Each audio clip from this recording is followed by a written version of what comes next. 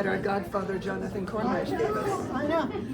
Ladies and gentlemen, wonderful residents of the village of Port Jefferson, residents of Port Jefferson School District, and residents of Port Jefferson Fire Department, you are officially could become members of the Port Jefferson Civic Association. We are a volunteer, non-for-profit organization dedicated to promoting well-being of our general area.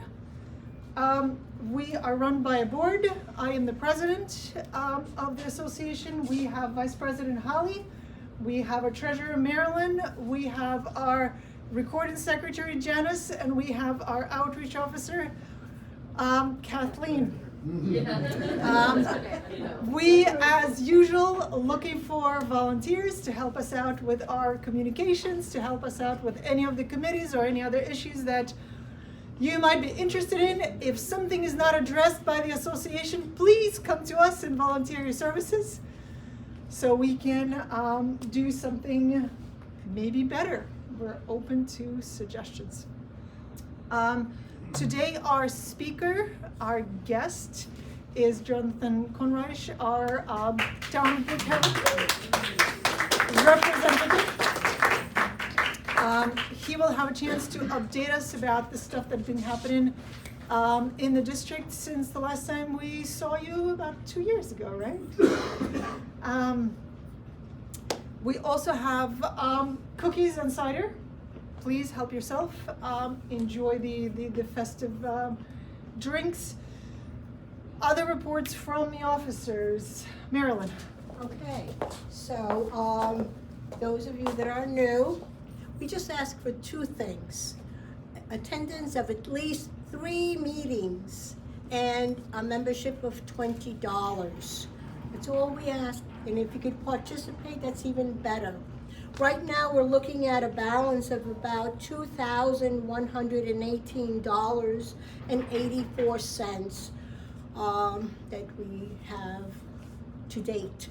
So if anyone has not paid their 2025 membership dues, I'll be sitting right here and we can talk, okay? 3 meetings minimum. We'd love to see you at every meeting. So please keep that in mind. Thank you so much.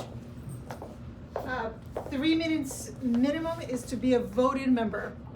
In April, we're going to have a general assembly where all of the board positions are up for re-election. If anyone is interested in running, we will be having an election person. Am I naming you officially or not yet? Nominating committee of one? Yes. At the moment, the lead election committee, we will need to have 3 members. Will be Virginia. She will run the elections.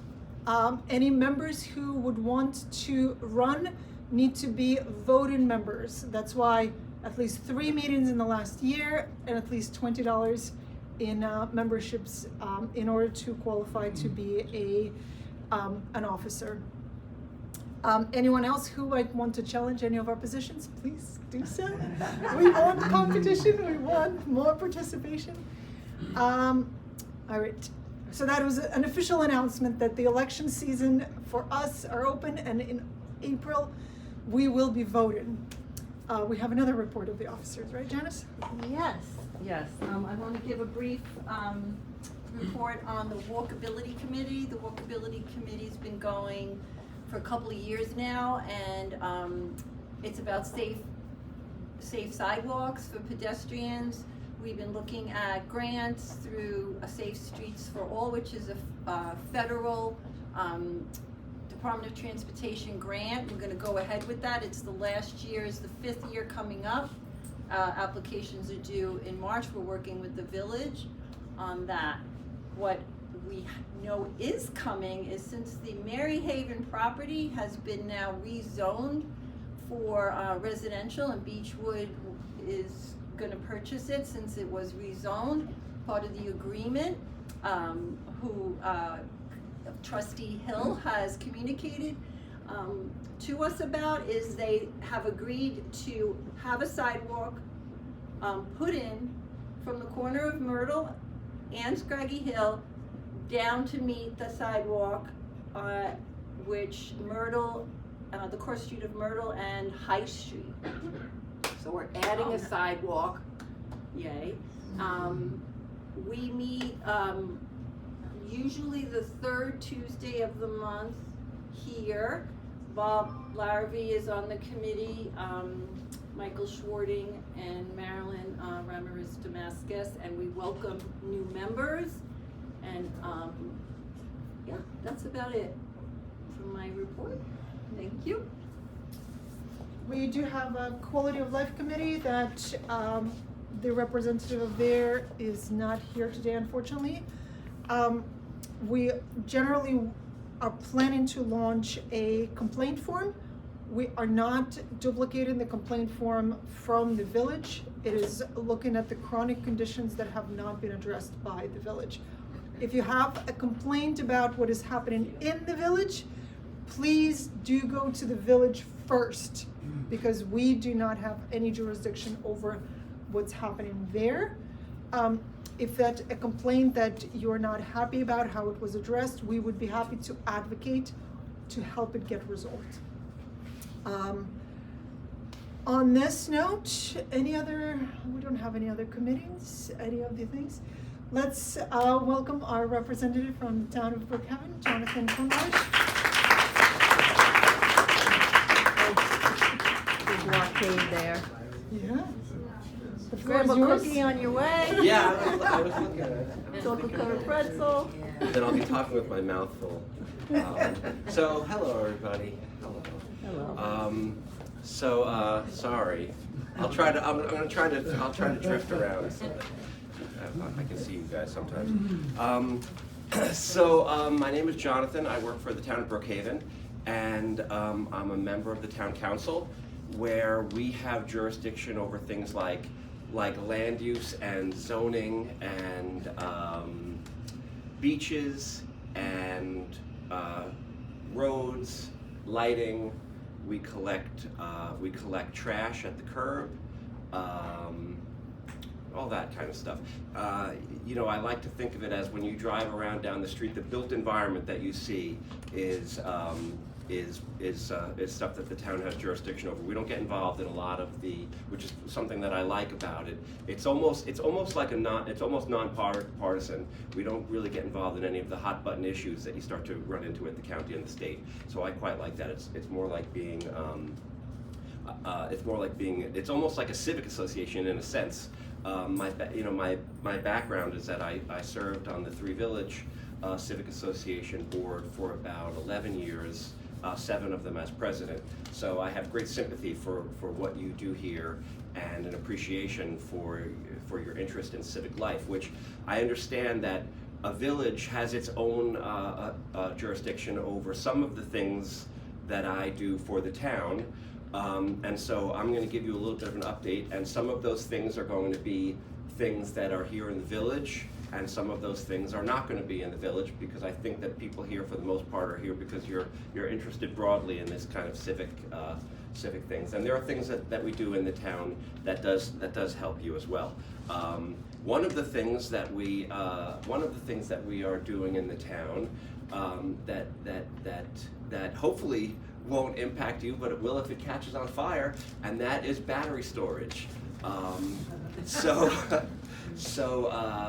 So battery storage, does anyone here, just so I know how far back to go, does anyone here not know what I'm talking about battery storage? And I'll tell you.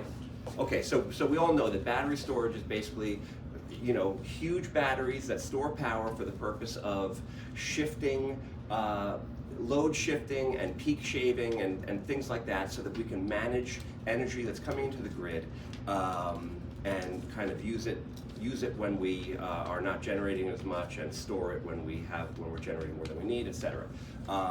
Part of that, the broader strategy involves the potential decommissioning of the plant here, which generates power sometimes to provide peak power.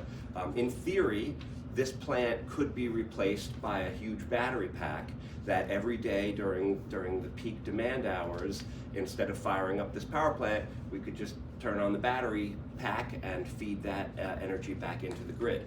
The problem is that these little guys have the habit of sometimes going on fire catastrophically.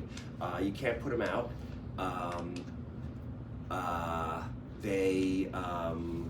When they burn, they're made of.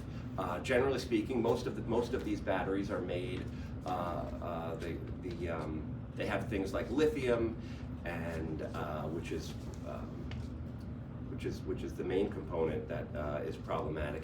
And when these things burn, sometimes they will send a plume up into the air with contaminants that then rains down on nearby communities, ignoring jurisdictional borders.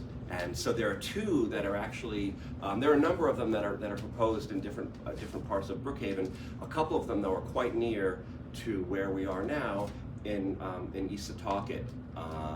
One of them is on Old Town Road, and one of them is by Sheep Pasture. So they're close.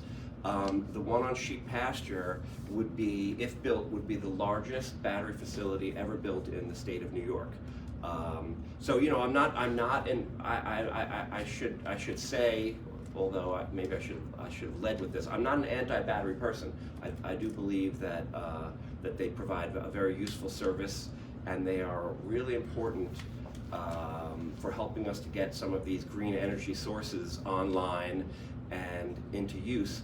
But what we're wrestling with from a zoning standpoint is, where do we put these things? How do we site them? How close to someone's house should it be? How close to a school can we put it? What's safe? So in order to try to find answers to this, because all of the information that we were getting was coming from basically developers who would propose it. They would come in with a proposal and they would tell us all of these answers, and then we were sort of a secondary source. Our consultants who work for the state of New York, but there's a very limited pool of expertise, and so there's a lot of overlap between consultants who work for the state to help design the new code and consultants who work for these companies to help them design and cite them. And another name for that is conflict of interest. And so you know, they're giving me information on which I have to make policy decisions, and I didn't feel comfortable that it was information that I could, and again, I'm not calling anybody's credibility into question, but I'm just simply saying that if I'm making a policy decision, I need to at least have some comfort level that I'm basing it on objective information coming from non-conflicted sources. So in the absence of that, what we did was, just within Council District 1, which you're part of here, we formed a blue ribbon committee. Maybe, I don't know what that means exactly, but it's made up of, there are, so the chair is Nancy Goroff, who's a chemistry professor at Stony Brook University. There are several other scientists, electrical engineering, that kind of thing. There are representatives of the Setauket and Terryville fire departments. There are representatives from all three civic associations. We have a village trustee. We have 3 school superintendents: Port Jeff, Comswag, and 3 Village. We have a forensics guy, a fire forensics guy. We have the district manager of Setauket Fire Department also. So you know, these are people who are a good source, and together we've been exploring some of these questions about how to cite it. One of the questions that we don't yet have an answer to is, how do you compare the theoretical risk of a fire against the actual byproduct of running an actual power plant here in Port Jeff? And there's particulate matter, right? There's particulate matter that comes as a result of combustion that takes place there. So there's a certain amount of contaminants that come out of that plant every time they fire it up. So, we have to kind of weigh all of these different questions. What we're working on right now is we're trying to work on a model of, if one of these things catches on fire, what does that plume of contamination look like and how far might it spread? So I'll leave it there because I have a whole bunch of things I have to get to, and I just went very far afield on that one, and that was only the first one on my list, but I'm gonna press on.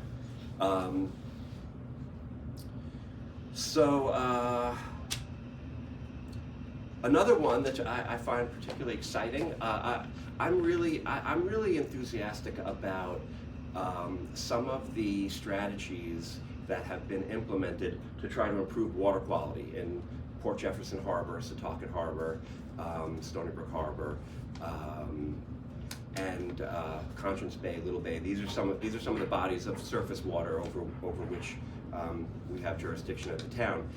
And a couple of the there are a number of things that we're doing to try to improve water quality. One is to try to control what am I walking around here? I'm sort of drifting, right? One of them is to control the outfall pipes, because storm water, which runs through the streets, it picks up whatever it picks up, and it basically dumps off unfiltered into our harbors. Finally,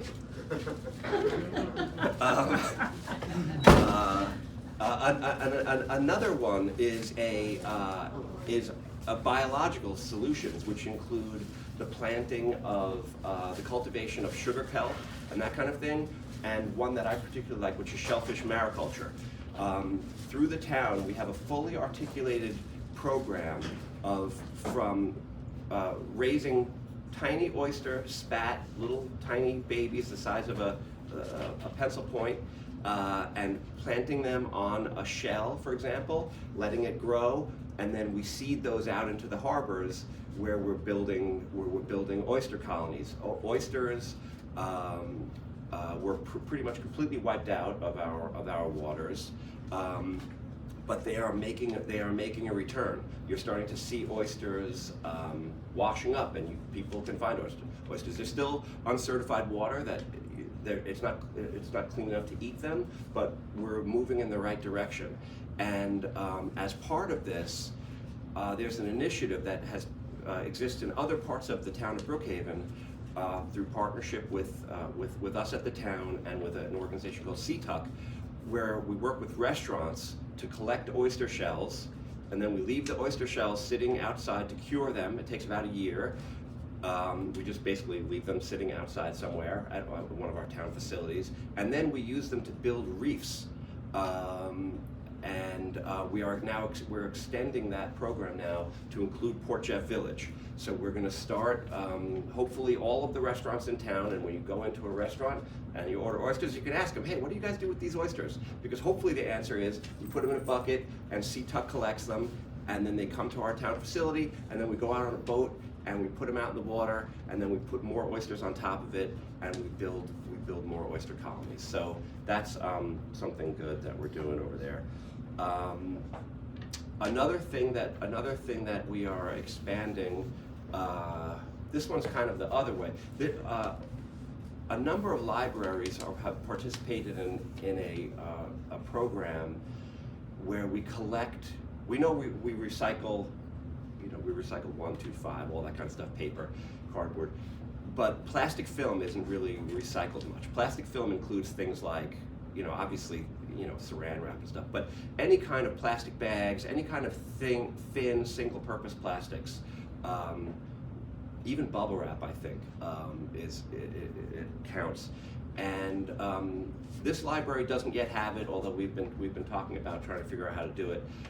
Some other libraries like Comswag and Emma Clark do it. But now at the town level, we're also starting a program where we're going to start collecting these films, all these different thin plastics, so that you don't have to throw them in the trash. If you want to throw them somewhere in a bag and just collect it, the first sites we're going to have just to start to pilot are just going to be at Town Hall and at the landfill.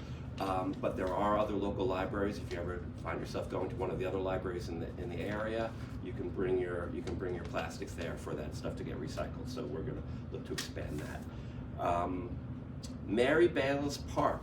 So that park is a town park. It's owned by the town of Brookhaven, and it's rented through a license agreement to Danfords. It's fallen into disarray, right? I think we would agree. It looks bad, actually. So it turns out that there was confusion over kind of whose job it was to fix it, and people didn't know whose role it was, because there are also town parks that we license to the village. And there's always this sort of overlap over who maintains it and who's responsible for doing what. So for that park, we actually sat down and figured it out. We got everyone together at a meeting, and you should start to see improvements there. We have a whole new landscaping plan and refurbishment to turn that park around. We're gonna try to cut down. There's a tree by the curb. You know that tree right by the street that's dead? We're gonna deal with that guy. And plant new trees and plant new landscaping, and it's going to look really nice, hopefully. I think Can I it will. interject with that? Sure, please do. Are those going to be native plants, or are they Yes. going to be introduced species? They are generally at the town, when we plant trees, it's all native. And the landscaping? The landscaping I'm not sure about. Probably a lot of ornamental stuff. Is there a possibility on them, as a part of the stuff that we're doing in the Civic Association, is again advocating for a restoration for native species, because they require less water, less fertilizer, less disturbance, that allows for rainwater absorption in a much better way than ornamentals would. So absolutely, we can look at that. It's not a project that I'm personally am choosing the plants on. You can have that if there are ornamentals that are appropriate for that use. I think they are going for a very. I think they're. I don't know. There very well may be native plants that are appropriate for that, but they're going for, I think, a very. I guess I'll say artificial. That's a type of landscaping where it's sort of very. Formalized. Yeah. So I don't know if I'm not sure which way they're going, but if you're not in touch with them directly, let us know. Let me know, and I'll put you in touch. Just shoot me an email or something. I'll put you in touch with them, and you can have that conversation. Okay, we had a meeting with commercial boat owners recently. Twice a year, we have a meeting with the port. It's called the Port Jeff Harbor Commission, but it's a group of people from a number of different municipalities and the boating world in general, where we talk about some of the issues facing boaters, and it's really interesting to talk to the people who work in the harbor and make their living there. There's one whole side of the stewardship piece for the harbor, which is this environmental piece of we're trying to restore the water and trying to get it as clean as possible, and maybe building, bless you, and maybe building more green space along the front of the water, and all that kind of stuff. And then there's this other part where there's like a hardcore industrial usage going on in the same harbor, and sometimes those uses conflict with each other, and trying to balance that is tricky sometimes. We've got Tilcon bringing in sand and gravel barges and unloading them. We've got tugboats tearing up the bottom of the basin. We've got a ferry. We've got commercial charter boats. We've got Northville bringing in their barges to their terminal. So there's all these different uses that are somehow coexisting relatively peacefully in the harbor. So that's something that we continue to engage on. Another one that I guess doesn't affect you here in the village as much, but you do sometimes have occasion to leave this marvelous little village and drive out into the town of Brookhaven. And one of the things that we maintain rules about are signs and lighting. And it's sort of a pet project of mine somewhat. I feel strongly about carefully controlling signage and lighting does a lot to create a pleasant streetscape. If you drive down, let's say, Middle Country Road, it has what we'll call a look and feel to it, right? When you drive, it's visually busy, right? And then in other places where there are, and then in other places where there's more control being exercised and there's greater uniformity, lighting and signage are a little bit less obtrusive. They're not competing with each other. It's a much calmer and more picturesque streetscape. So that's something that we try to do on local roads. West Meadow Beach is another one that I've gotten a lot of questions on lately. What's going on at West Meadow Beach? The answer is that the beach is currently closed because we're dredging from Stony Brook, from the boat ramp in Stony Brook, up the channel, up to a little bit past the Gamecock Cottage, if you can kind of picture where that is. And we're dredging that out, and we're pumping all of the sand from there with these long pipes. It's very cool, actually. They pump it, the sand is suspended in water, and they just pump it through these big pipes that are like this big, that are laid all the way up West Meadow Beach, all the way to the end of the beach up by the Old Field Club. They're gonna pump this stuff, about 55,000 yards of sand. I mean, that's a lot of sand. I mean, a yard of sand is about the size of that table. So 55,000 yards, well, it would peak that big. Picture that, like, not a block of, that would be about 2 yards if it was. We're not holding you to it. Yeah. So we're not gonna come measure. Approximately. Thank you, Steve. She's a generous person. I appreciate it. So yeah, that's a couple yards pile right there. So 55,000 is a huge amount of sand. We're going to pump it all up back onto West Meadow Beach because the sand on West Meadow Beach, it migrates from north to south, just because of the way the current carries it, and then it clogs up that channel again. So we're going to dredge it out, we're going to pump it up, and hopefully this is going to buy us another 5 or 10 years of clear channel, and we're going to pump some of it even further north into the right-of-way, in front of like where the Old Field Club goes, because if we stop right there at the edge, we'll have what's a scouring effect. So we're giving ourselves a little extra buffer by putting sand. The further north we go with the sand, the more time we buy ourselves. I have lots of other, gas leaf blowers, that's a good one. I heard you guys were talking about that the other day.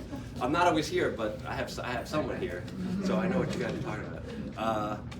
We could talk about that annexation thing. That was fun, if you want. But I've been talking with John Russell. So I met with John. So John Russell was a gentleman who came here to talk to you all about gas-powered leaf blowers, and I understand that it received maybe a mixed review. I don't know how people feel about it, but it seemed like a reasonable proposal to me. He was talking about the possibility of not banning gas-powered leaf blowers, but maybe we don't need to use them like from 8 o'clock in the morning on a Saturday morning to, that maybe there are certain times of the year that you could use it, and certain seasons that you could use it. I don't know. So I said, look, if I were going to undertake the kind of thing that you're talking about, the very first thing I would do is I would get some landscapers in the room and talk to them and say, like, does this make sense to you? How would we do this? And if it comes to a question at the town, that's exactly the approach I would take. We would make a blue ribbon committee of landscapers and other people who are concerned about this issue and who are subject matter experts, and we would get them together in a room and we would try to figure out something that actually makes sense. But in the meantime, I said, until that time that the town's looking to take it up, which the town is not looking to take it up right now. I'm not the town. I'm one of 7 people on the town, but the town doesn't want to take it on. I'm happy to discuss it. But I said, maybe what you could do in the meantime, until we get to that point, is take it to the village and see if it's something that the village wants to look at, because maybe it's easier to get things done in a village where it's sort of smaller and they have more control over that kind of thing. And so that's what he did, and he's kind of feeling the village out to see how the village feels about it. So also, if you guys do it, then it's easier to go to the town of Brookhaven and say, hey, the village did it, they figured it out, they went through all the bumps in the road, and the landscapers figured out how to adjust, or whatever happened, and we can at least learn from what you did. So that's a good model.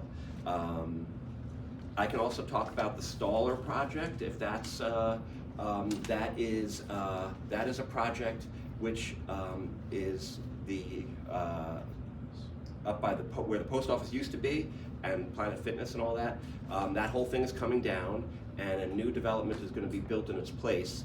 The southern half of it is going to be residential, about 287 units of residential, and then the northern part of it is going to be restaurants and some retail. The density is about 27 to the acre, and I feel like, in my personal opinion, this is being done under a code called the CRD. It's a code which was created to it was a COVID era code made at a time when people thought that the world was ending, and that everything was going to be. I mean, a lot of things have changed, but people, I think, we always overreact to things, right? I mean, it seems like that's what we do. So that CRD code is an overreaction to the changes that were taking place in real estate, and in order to redevelop, in order to incentivize redevelopment away from retail space, and maybe on some level to address the housing crisis that we face here, they created this code, which is, in my opinion, extremely generous with the number of housing units it gives out. But before anybody here in the village says, yeah, wow, that's a lot, I would respectfully point out that there are developments going on here in the village that are 30 and 40 to the acre. And, as your municipal neighbor, we then, have the same issues of whatever it is that people are talking about happening at Staller. I can assure you that just like the smoke from a battery fire, these things, traffic and smoke do not respect jurisdictional boundaries, and any traffic generated in the village will eventually pass through outside the village, and vice versa. So I agree that 27 is too high, but I would like to, and look, I'm respectful of the zoning authority that the village. I mean, that's why you have a village, because you guys want to make those decisions on your own. But I would say that it's worth thinking carefully about as the village approaches these types of redevelopments. I think we have to think about what the carrying capacity of this island really is, and the density of developments that I'm seeing all over the place is just it's unsustainable, in my opinion.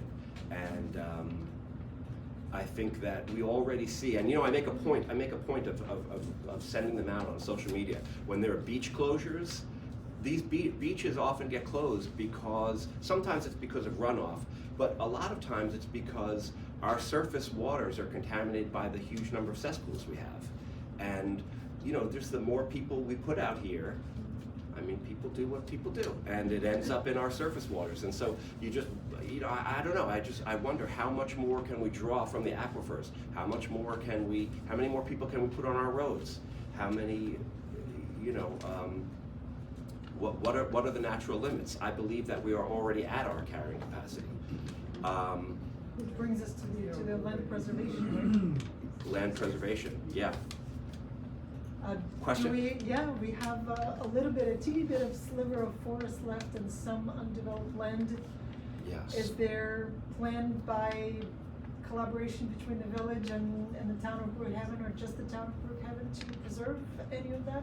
I would love to see the village be a partner in it. When it comes to the village is a partner right up until the moment when it's time to write a check. That's where that partnership tends to break down sometimes, which I get. The village is small. There's no funds. There's no funds. There's no money. So we're happy to partner with you for whatever that means. And it's funny because we do the same thing. see, for me, land acquisition involves generally partnerships with the state or the county, because the town has very limited funds that we use for preservation, and there are metrics that we use to score things, to see what's the habitat there, the flora and the fauna and all kinds of other things that we use to score it before, because we can't just buy it. So we buy that kind of stuff, and we buy land for flood control as well, and for drainage. But there is some property, for example, at the school district that I've been talking to Superintendent Schmatan many times. I always thought it was pronounced Schmetten, and then I learned it's Schmatan. So there you go, live and learn. Am I the only one who thought that? Everyone said that. Anyway, so we've been. I'm not the only one, right? Yeah, Schmatan. Yeah. So I've been talking to the superintendent about that piece of property. They're doing a survey. They're getting an appraisal. The board is not sure if they want to sell it or not. I hope that they will. The last thing I heard was probably about 2 weeks ago, maybe, or so, roughly, maybe 3 weeks ago. That they were sort of still discussing it with the board and the administration. If it's available to purchase, and we can pay, the town can't pay, and the county too. We can have it appraised, and then we can only pay maybe a few percentage more, but we can really only pay what it appraises for. And so if it appraises for something, we can try to buy it. If there's a developer or somebody who wants to outbid us, that happens sometimes, and if the school district wants to go that way. Yes. There was a public announcement at the last Board of Education meeting. Okay. So it was What did they one say? blurb, quick. Uh-huh. The administrator, I think he's a business administrator, Uh-huh. Mr. Lester, Yeah. said, he didn't say that it was the 10 acres surrounding Scraggy Hill Field. He said the school is wanting to sell property. Mm-hmm. It will take a few years, and it will go to a vote. Yeah. So my hope is Oh, they're gonna do a referendum? that the referendum says, will you approve selling the property for preservation? But yeah, we don't know the market value yet, but it's been made public at a Board of Education meeting. Yeah. It's on the video, yeah. Yeah. Well, look, hopefully they don't, them deciding to not sell it is fine too, right? I mean, then nothing gets built there. Ultimately, the goal is to preserve the land. And if they own it and don't build anything, that's fine. Other school districts own land that they don't do anything on, and there's no particular pressure to sell it. I think it's good, it's helpful for the school district if they need money. If they need money and they're looking to sell this thing, hopefully it'll be purchased for preservation and not go to the highest bidder. I think that's probably what will Yeah, happen. then win-win, right? What Yeah. about that property behind the Mather that is owned by St. Charles? The last time John Turner was here, he said that they had difficulty getting in touch with the legal owner. Is there any updates on that? No, none. I don't No. have any update on that. Yeah, the town is not in any place close to being able to buy that one. But we would like to, and I think we can get a county partner if it becomes available. They're at the top of the hill, Mhm. the both properties, they're very close to each other. Yeah. The one ends and, Here it maybe starts. a tenth of a mile, the other one Yeah. starts. And it is at the top, and it is great for our drainage, Mhm. stormwater, and for our aquifer Yeah. filters, and Yeah. Jane Fasula walked on the Scraggy Hill property Okay. last week with me, and she said there's definitely a kettle hole there. Oh, interesting. It's got Yeah. features that are really unique. Yeah. I mean, look, you don't have to make any, you don't, I mean, He knows. we're sold. Oh. You're ready. The priority of it is very clear. I mean, we don't need any selling. We're on board. It's just, can we buy it or not? So with that said, let's go to questions. Before we go to questions, questions about local issues.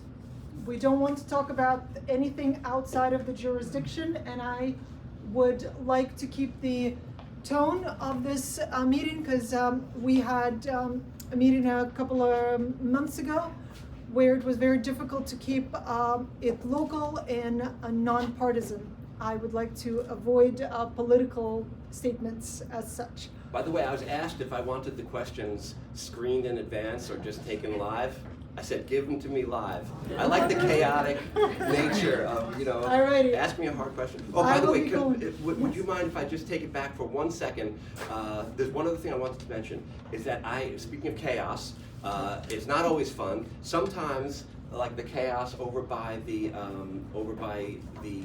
ferry, where rideshare services are dropping off passengers and picking them up.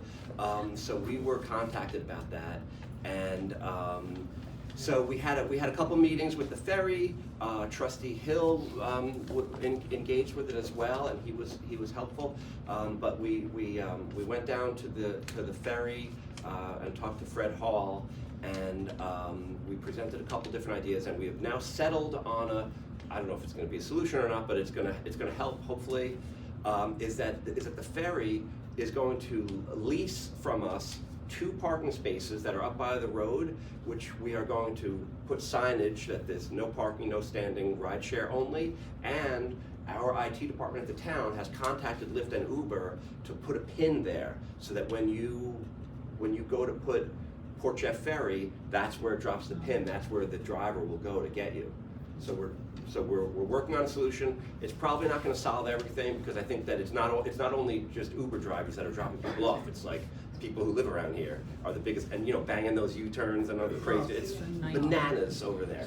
But anyway, we can't solve craziness, but we can at least provide some infrastructure. And with that being said, now we'll go to You ready questions. for questions? Yeah. Wonderful.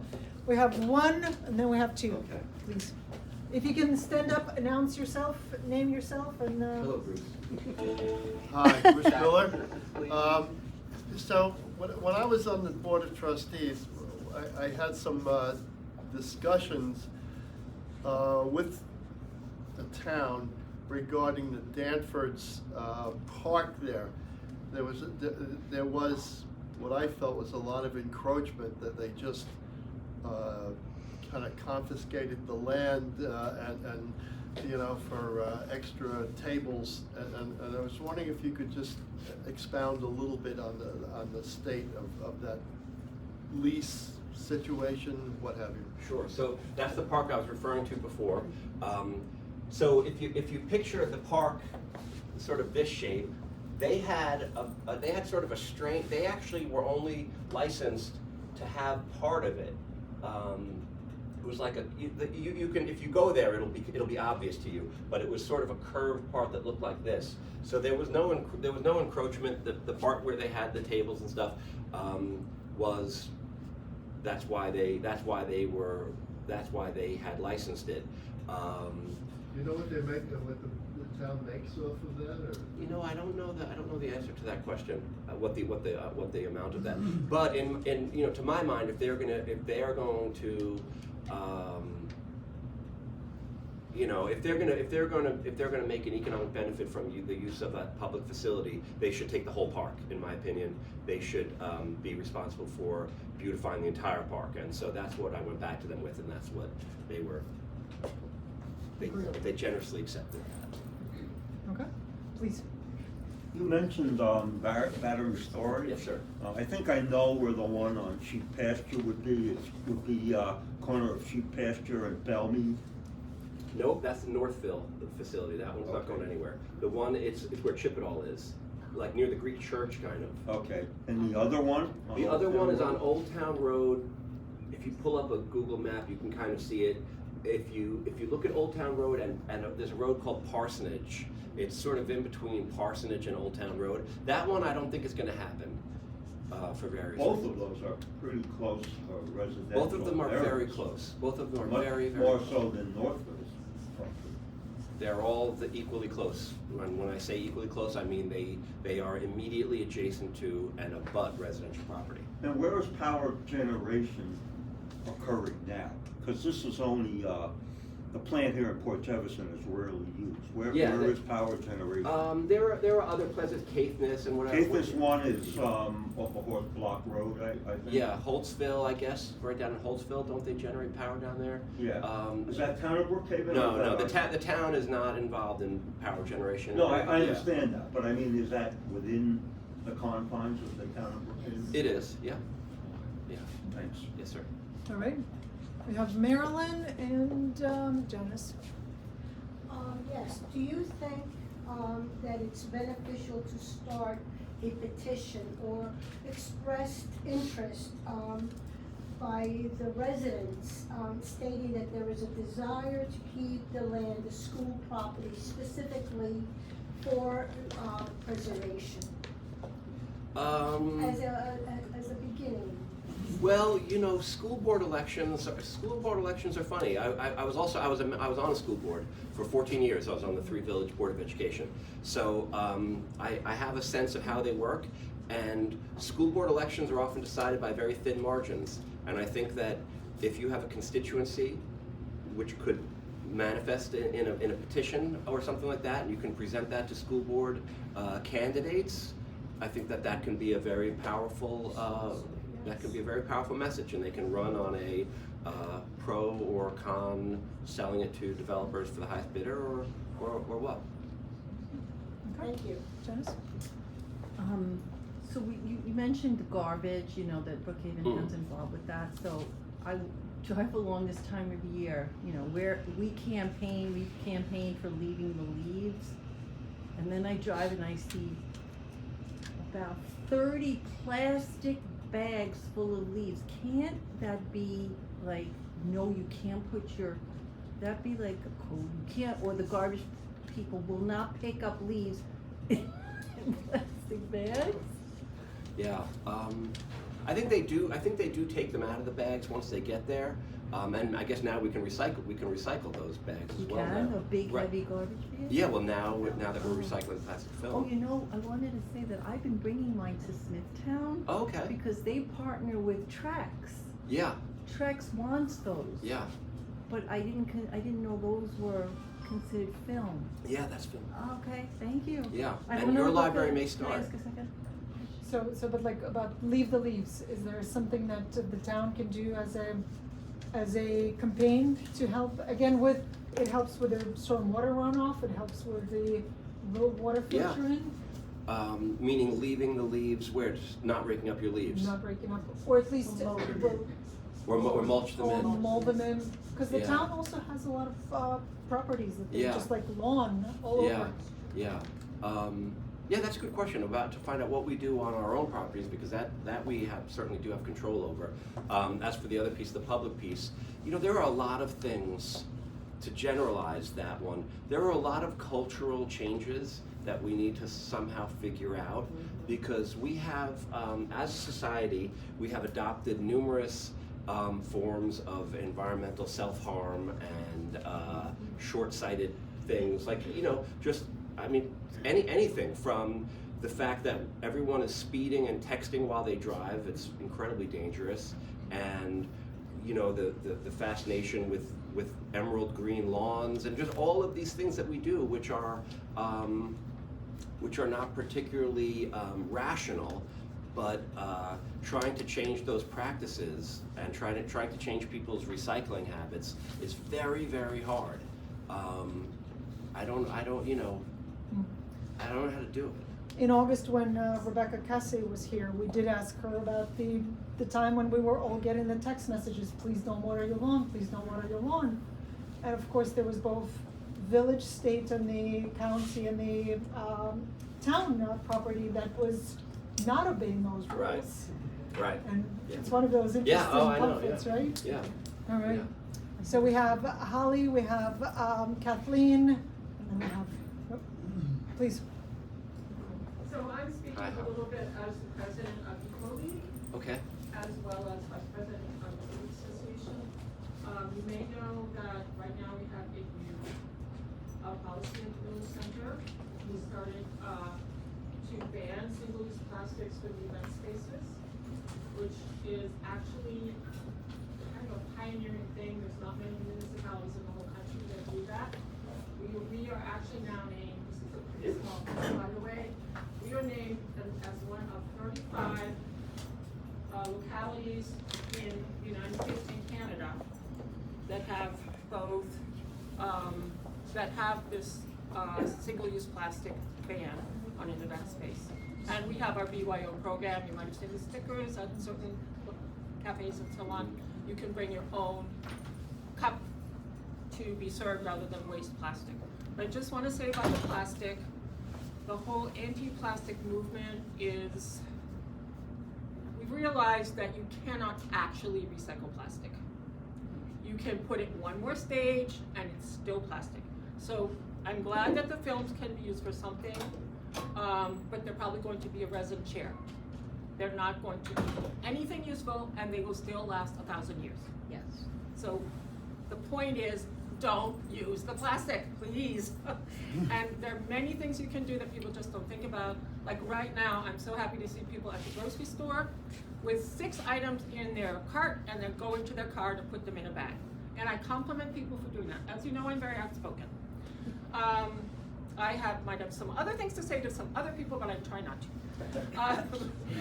So that's very good. Also, when you go to the grocery store and you get your produce, you don't need, The question? yeah. The question for Jonathan? No, I'm talking to Jonathan. No, let's do the question. All right, so I was just answering what you were saying about the plastics. And I just wanted to, say that, can we do anything that decreases our use of plastic from the town all the way down? Yeah, so thank you for that. I mean, you know, but maybe other people here don't know. We actually had a very productive meeting at Town Hall that you joined me, and we discussed this, and I took the same approach. The question at that time was, can the town of Brookhaven ban single-use plastics? Again, if they're not ready to entertain limiting leaf blowers, I can assure you that the town board is not going to have any appetite to ban single-use plastics at this time. But I said the same thing I said before. See if you can get it started in the village, and then at least we have something we can point to and try to kind of scaffold up and say, hey, look, it works there. Maybe we can do it at this facility, or try to so. Let me know how things are going, and then it gives me like data that I can then take to my colleagues. So you were talking about the CRD before. Could you first define it for those of us who? Okay, sorry about It's, that. no, just what does CRD stand for? Commercial redevelopment. Right, and I really like the way you framed it as a pandemic era law, right, or ruling. It was. It was, and also, and so in talking about useless legislation or things that are culturally crazy right now, I think that's one of them. Is there something that we can do, because it is creating so much density? I mean, that Stoller Center, would you say 278 apartments? We've got hundreds more going up in the village, and it's just way too dense. So how do we roll that back? Is that a town CRD? Is it state or county? It's town. So I would respond to your. I will answer it, but I also want to say, but what are you doing here in the village to stop approving 40 to the acre? I was including the village. Yeah. The village is a far worse offender and of creating density.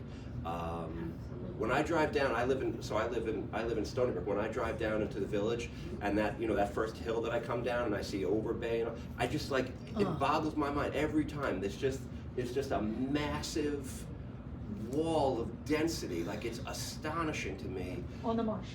Yeah, it's just right. It's crazy to me. So, as bad as the CRD code is, in my opinion, let's get it under control on this side of the line too. But the CRD code, what I'm doing is I've had conversations with the town attorney and the town supervisor, both of whom have expressed agreement. In the town attorney even more so. She's a real environmentalist. Her name's Annette Resto. She's an amazing woman. But the town supervisor agrees as well that this is probably that this code is probably more than what is needed, and I believe that we're going to make some pretty significant changes to it. But The development industrial complex is very, very powerful, and that whole ecosystem of landowners, developers, lawyers, engineers, consultants, they exert a tremendous amount of power in town government, and it's tough to push back against them. Okay, Yes, question ma'am. about the plastics. Plastic. I bring all my plastics, like the bags and stuff, to Stop and Shop. Nice. Do you know what gets done with them? 'Cause there's a special barrel for plastic. I believe there's a wraps. state law that requires them to take it back. What they do with it, I have no idea. I Yeah. diligently Yeah, collected and. yeah, ask them, printed it. ask them. I don't think they know. You know, at that little customer service booth that they have there, the manager, I know where they you- might know, leave your number, leave your number. Speaking of that, Yeah. glass recycling, is the town still reusing the glass, or we're shipping them out now? We use it. We use Yeah, it, how yeah, do you but- use it? We use it as, to line things. We use it at the landfill as, for layering. We crush it up and we use it for stuff. So you return it back to sand and effectively reuse it? More or as a less, yeah. form. I don't know if it's about sand, but I had a question about the plastic film recycling. Yes. You know, I think we all know, we just found out in the past year or so that plastic really doesn't get recycled. yeah, recycling's, yeah. So my fear is we go and tell people, oh, we're collecting film for recycling, and people are like, oh great, we can use plastic bags again, they're just gonna get recycled now. Can they market it in some way to say, we're taking it, but please reduce what you're using or don't use it at all? You know, like, I'm afraid this is just gonna open more people to be wasteful with plastic. Yeah, that's a good point. But Trex uses it. But think of Trex, where's Trex gonna be in a million years? Still there? No, I mean, but, my you know, deck it's- is, my deck's gonna last forever, right? It's gonna last Plastic, forever, we yeah. don't want it at all. No, I understand. Yeah, yeah, is that what they call a moral hazard? When you make something and then it opens up the door to that kind of behavior. Yeah, I understand. Yeah. But that goes back to the point of getting people to change their behaviors. Won't take bags to the supermarket now. Yeah, Yeah. I mean, People change. How do we get glass to the village, to the town? I'm not sure. Where?